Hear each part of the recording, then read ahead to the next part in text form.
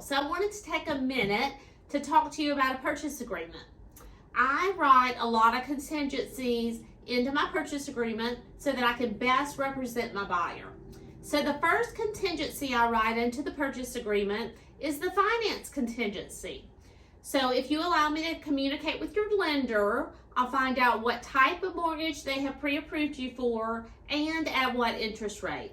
And then the verbiage would state this contract is contingent on you being able to obtain whatever type of mortgage that is at an interest rate not to exceed whatever rate you're comfortable with. The second contingency I write into my contracts is the home inspection contingency. As soon as we get under contract, we're going to order a home inspection. I'll give you a list of home inspectors in the area, and they will give you a detailed report of anything that they found at that residence. Now, hopefully it's not going to be anything big, but every once in a while, it'll be a big ticket item that makes the buyer leery about buying the house. So in that case scenario, we could remove ourselves from this contract and move on to another house. The third contingency I write into my contracts is the homeowner's insurance contingency. Now, once we get under contract, that's the second thing we're going to do. We're going to go ahead and get insurance quotes.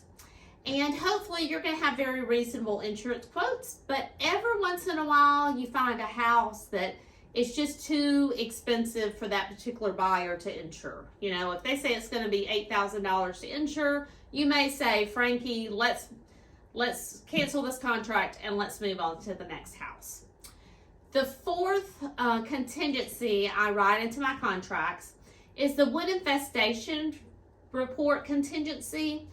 That way, if the house is not under termite bond and we find out it does have termites, we could get out of the contract based on the wood infestation report contingency.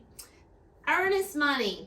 So you probably know what that is, but just in case, as soon as we go under contract, that's when earnest money is due.